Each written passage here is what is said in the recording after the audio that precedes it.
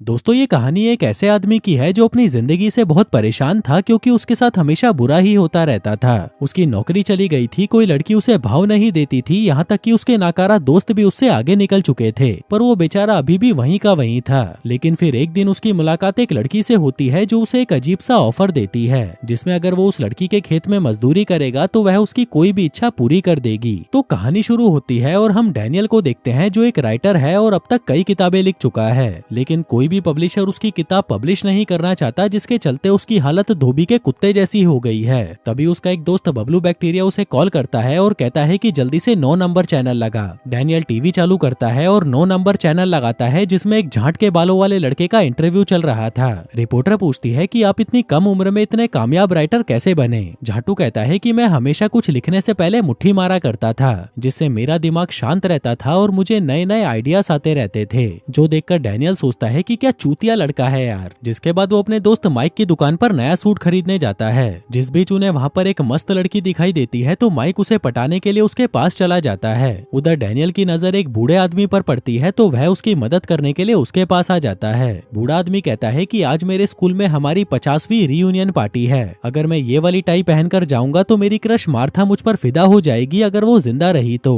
तभी एक सेल्समैन वहाँ पर आता है और कहता है कि ताऊ ये $80 की है, ये तेरी औकात से बाहर है, तू कुछ और खरीद ले। बूढ़ा आदमी ये सुनकर निराश हो जाता है और उन्हें थैंक यू बोलकर वहाँ से जाने लगता है। डैनियल कहता है कि भीसड़ी के वो तुम्हारा कस्टमर था। सेल्समैन कहता है कि नहीं सर, उसे बोलते हैं कस्टमर। खूबसूरत, मालदार और पैसों से गांड तक भरी हुई ऐसी लड़कियां अपने बाप का पैसा पानी की तरह बहाती हैं। डैनियल कहता है कि ठीक है, ये टाई मैं खरीद रहा हूँ, और उसे ले जाकर ताऊ को दे देता है। ताऊ भी उसे पाकर बहुत खुश होता है और कहता है कि आज तो मैं मार्था की पिंकी फाड़ कर रहूंगा। वहीं ये सब वो माल लड़की भी देख रही थी और वो डैनियल से काफी इम्प्रेस हो जाती है। इसके बाद डैनियल अपने भाई से मिलने जाता है जो अपनी जिंदगी में बहुत कामयाब था। डैनियल कहता है मैंने सुना तूने $2 मिलियन का विला खरीदा है। वो कहता है कि हाँ यार, पर ये कोई बड़ी बात नहीं है। वैसे मॉम डैड की एनिवर्सरी का क्या प्लान है। डैनियल कहता है कि हम मिलकर एक रेस्टोरेंट में सबको पार्टी दे देते हैं। भाई कहता है कि कर दी ना गरीबों वाली बात, हम एक 5 स्टार क्रूज में पार्टी करेंगे और तू खर्चे की चिंता मत करियो, वो सब मैं देख लूंगा। डैनियल पूछता है कि फिर इसमें मेरा क्या रोल होगा। वो कहता है कि तू उनके लिए एक पोयम लिखना और मैं इसके बदले तुझे $80,000 दूंगा।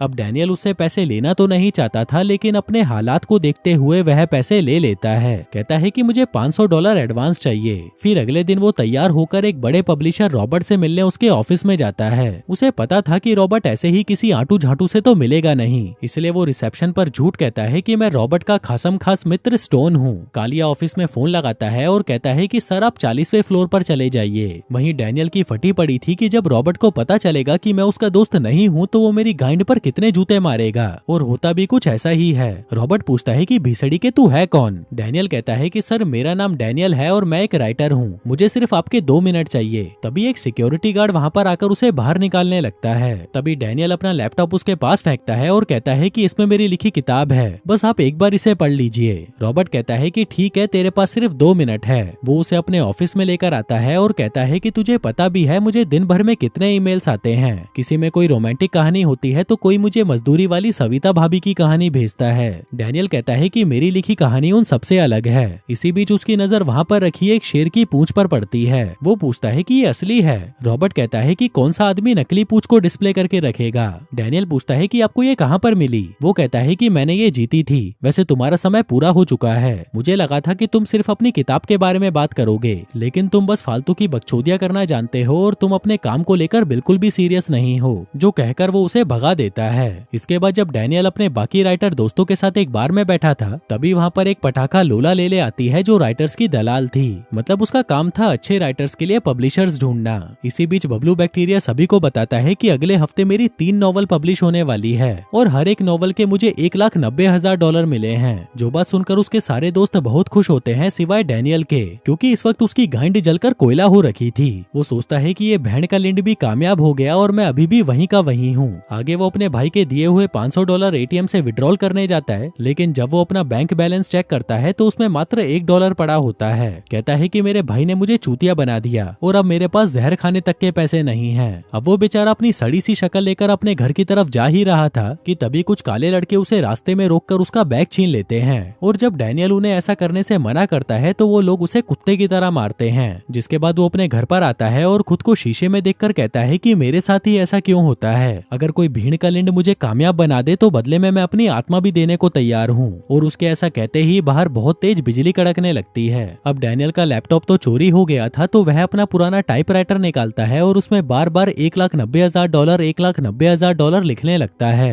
पर तभी उसका टाइपराइटर भी चलना बंद हो जाता है। डैनियल बहुत परेशान हो जाता है और कहता है कि अब मैं ये काम कभी नहीं करूंगा, और उस टाइपराइटर को खिड़की से बाहर फेंक देता है। लेकिन तभी उसे किसी के चिल्लाने की आवाज सुनाई देती है। वो खिड़की से बाहर देखता है तो नीचे एक दादी लुढ़क चुकी थी, और तभी उसके दरवाजे पर नॉक होता है। डैनियल की फट जाती है कि भींचो, पुलिस इतनी जल्दी कैसे आ गई। वो डरते हुए दरवाजा खोलता है तो बाहर वही मस्त लड़की होती है जो उस दिन उस कपड़ों की दुकान पर थी।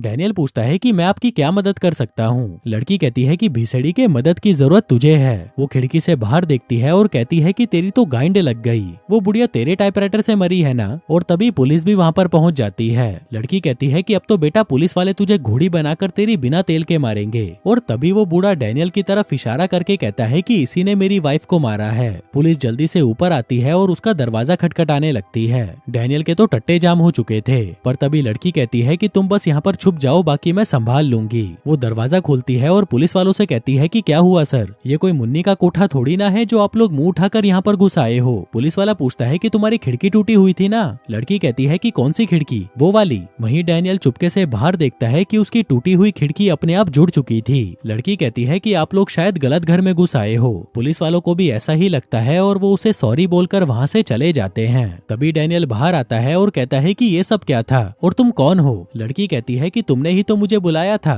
वो कहता है कि मैंने कब बुलाया। लड़की पूछती है कि तुम अपनी आत्मा बेचने की बात नहीं कर रहे थे ताकि तुम कामयाब हो सको। डैनियल ये सुनकर हैरान हो जाता है कि ये सब इसे कैसे पता। लड़की कहती है कि देख भाई, डील सिंपल सी है, तुझे अपनी आत्मा मुझे देनी होगी और बदले में तुझे जो चाहिए वो मिल जाएगा। तो बता तुझे क्या चाहिए। डैनियल कहता है कि सक्सेस, मुझे सक्सेस चाहिए। लड़की कहती है कि ये हुई ना बात, चलो मैं तुम्हें कॉन्ट्रैक्ट की सारी शर्तों के बारे में बता देती हूँ। डैनियल कहता है लेकिन उस बूढ़ी औरत का क्या, वो तो मर गई। वो कहती है कि एक बार बाहर तो देख। डैनियल जल्दी से खिड़की से बाहर देखता है तो वह औरत अभी भी जिंदा होती है। लड़की कहती है कि देखा तूने, तू बस एक बार बोल और मैं तेरी सारी परेशानियां दूर कर दूंगी। डैनियल कहता है कि ठीक है, मैं तैयार हूँ, बताओ कहाँ पर साइन करना है। लड़की कहती है कि ये कॉन्ट्रैक्ट थोड़ा अलग है, दरअसल तुम्हें मेरी पिंकी बजाकर अपनी गाड़ी मलाई मेरी पिंकी में छोड़नी होगी, तब जाकर ये कॉन्ट्रैक्ट पूरा होगा। तो बताओ तुम तैयार हो या नहीं। वो कहता है कि मैं तैयार हूँ। जिसके बाद डैनियल पूरी रात अपनी 9 इंच की कुल्हाड़ी के साथ उसके खेत में मजदूरी करता है। अगली सुबह वो लड़की अपने कपड़े पहनती है और डैनियल से कहती है कि तुम्हारा अच्छा टाइम शुरू होने वाला है, जो कहकर वो वहाँ से चली जाती है।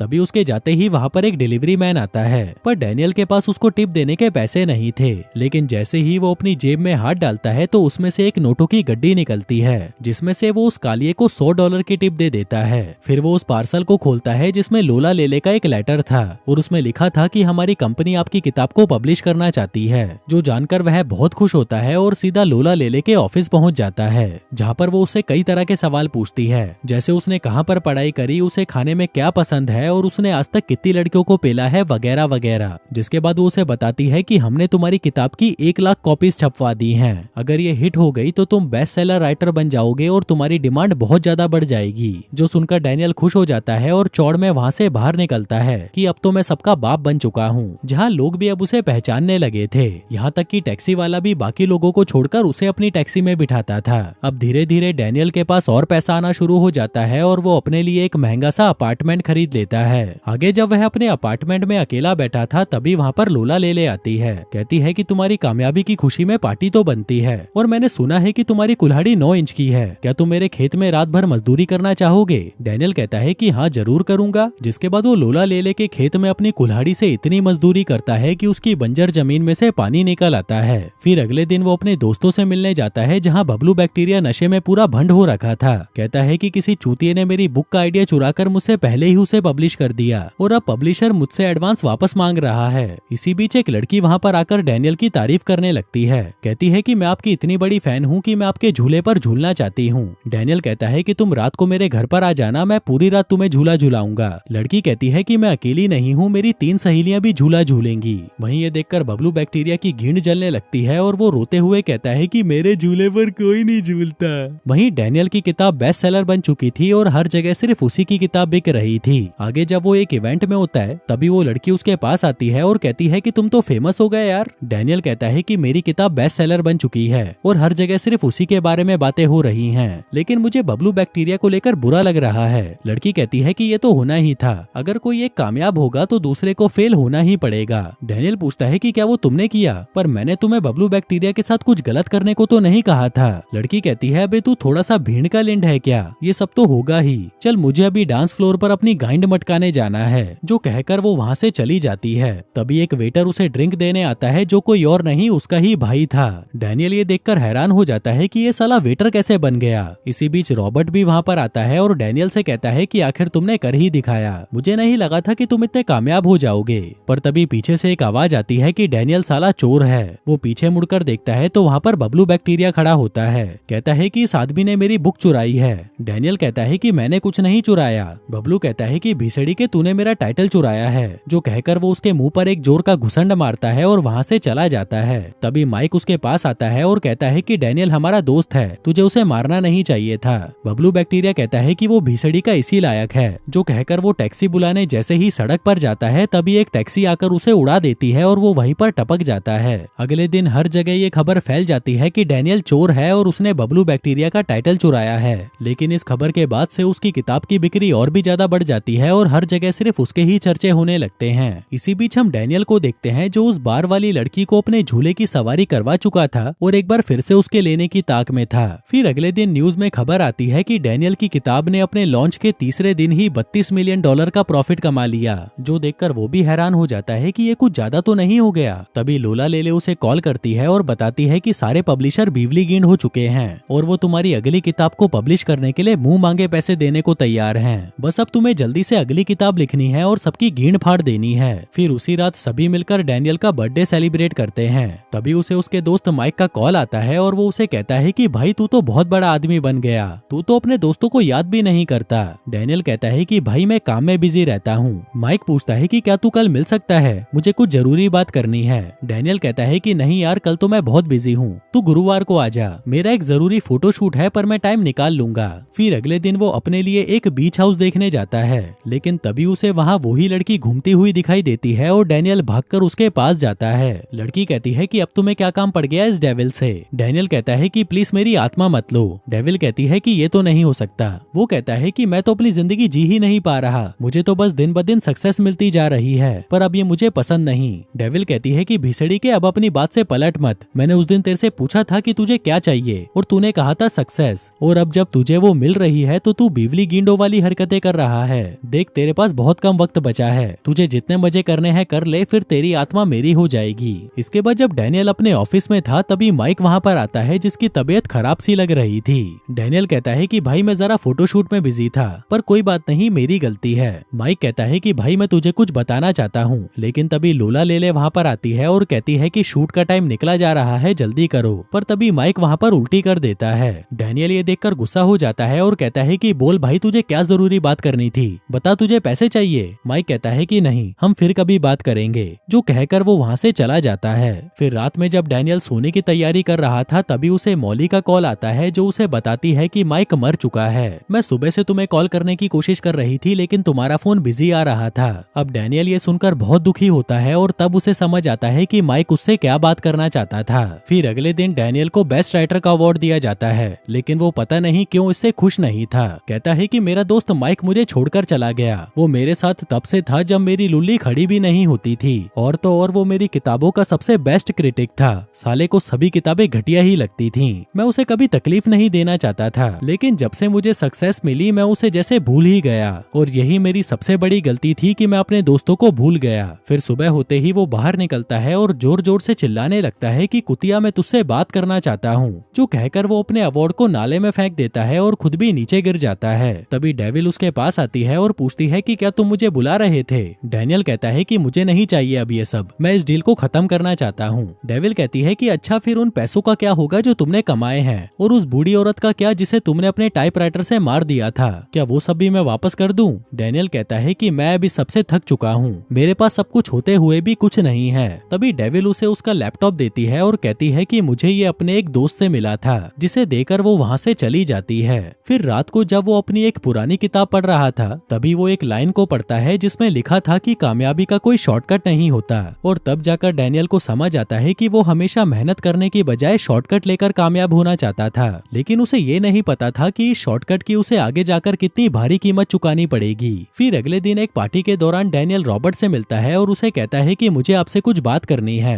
वो उसे अपनी एक आधी लिखी बुक देता है और कहता है कि प्लीज इसे पढ़कर मुझे अपना ओपिनियन देना। रॉबर्ट कहता है कि तुम्हारे जैसे बड़े राइटर को मेरे ओपिनियन की क्या जरूरत, वैसे भी लोगों को तुम्हारी बुक बहुत अच्छी लगती है। डैनियल कहता है कि मैंने ये बुक तब लिखी थी जब मैं उससे नहीं मिला था। आपको याद है मैंने आपसे उस पूंछ के बारे में पूछा था जो आपके ऑफिस में पड़ी है, वो शेर की तो नहीं लगती, क्या वो उसी की है? रॉबर्ट कहता है कि हाँ वो डेविल की है और शायद उसे अपना अगला शिकार मिल चुका है। वो डैनियल से पूछता है कि तुमने अपनी आत्मा के बदले उससे क्या मांगा? वो कहता है कि कामयाबी, लेकिन उस कामयाबी के चक्कर में मैंने अपने दोस्तों को खो दिया और अपने आप को खो दिया और शायद अब मेरी आत्मा भी चली जाएगी। रॉबर्ट कहता है कि क्यों ना हम उस डेविल को कोर्ट में घसीटें। डैनियल पूछता है कि डेविल्स का कौन सा कोर्ट होता है? रॉबर्ट कहता है कि मैं ये पहले भी कर चुका हूँ और इसी से ही हम तुम्हारी आत्मा को बचा सकते हैं। तभी वो डेविल भी वहाँ पर आ जाती है और उनसे कहती है कि भीसड़ी वालों मुझ पर केस करोगे, अब देखना मैं तुम्हारी कैसे गांड तोड़ती हूँ। जो कहकर वो हंसते हुए चली जाती है। आगे रात के 12 बजते ही रॉबर्ट डैनियल को अपने साथ लेकर शहर के बाहर एक बीहड़ गाँव में जाता है। वो बताता है कि ऐसे शैतानों का ट्रायल यहीं पर होता है। इसी बीच डैनियल देखता है कि वहाँ पर जितने भी लोग थे वो सभी उसे पहचानते थे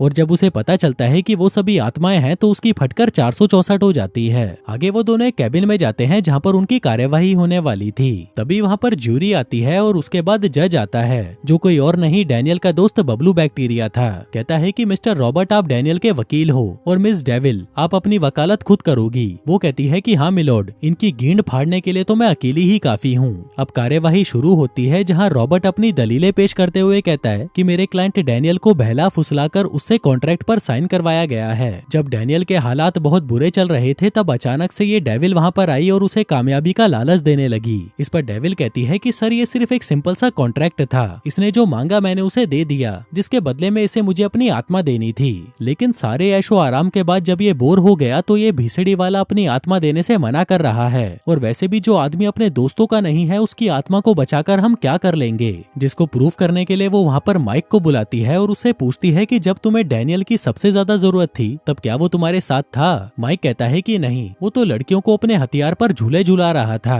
मैंने उसे कई बार बताने की कोशिश की कि मैं बीमार हूँ लेकिन उसने कभी मेरी बात नहीं सुनी। डेविल कहती है कि सर आप खुद ही देख लो कि ये डैनियल किस टाइप का आदमी है। बबलू बैक्टीरिया रॉबर्ट से पूछता है कि इस पर आप कुछ कहना चाहोगे, लेकिन तभी डैनियल उसे रोकते हुए कहता है कि डेविल सही बोल रही है, मैं सही आदमी नहीं हूँ और मेरी आत्मा भी बचाने लायक नहीं है। जो सुनकर बबलू बैक्टीरिया कहता है कि ठीक है, अब आखिरी बार तुम दोनों ज्यूरी के सामने अपना क्लोजिंग स्टेटमेंट पेश करो। सबसे पहले डेविल जाती है और कहती है कि ये सिर्फ एक सिंपल सी डील थी। डैनियल मुझे अपनी आत्मा देगा और बदले में वो जो चाहेगा मैं उसे दे दूंगी। वो डैनियल ने मुझसे कामयाबी मांगी और मैंने उसे वही दिया जो वो चाहता था। आगे रॉबर्ट की बारी आती है और वह ज्यूरी से कहता है कि डैनियल बस एक अच्छा राइटर बनना चाहता था, लेकिन इस डेविल ने उसे उकसाया। उसने इसे लालच दिया, ज्यादा पैसों का, ज्यादा पावर का और दिन रात मजदूरी का, क्योंकि उसे लगता था कि हर इंसान यही तो चाहता है। लेकिन डैनियल ये सब नहीं चाहता था। वो बस एक राइटर है और अच्छी किताब लिखना चाहता था और अपने विजन को लोगों तक फैलाना चाहता था। लेकिन इस डेविल ने उसे लालच देकर इसकी आत्मा का ही सौदा कर लिया। मैं मानता हूँ कि इसे सब कुछ मिला, लेकिन बिना आत्मा के ये सब इसके किस काम का है और बिना आत्मा के तो ये कुछ लिख भी नहीं पाएगा।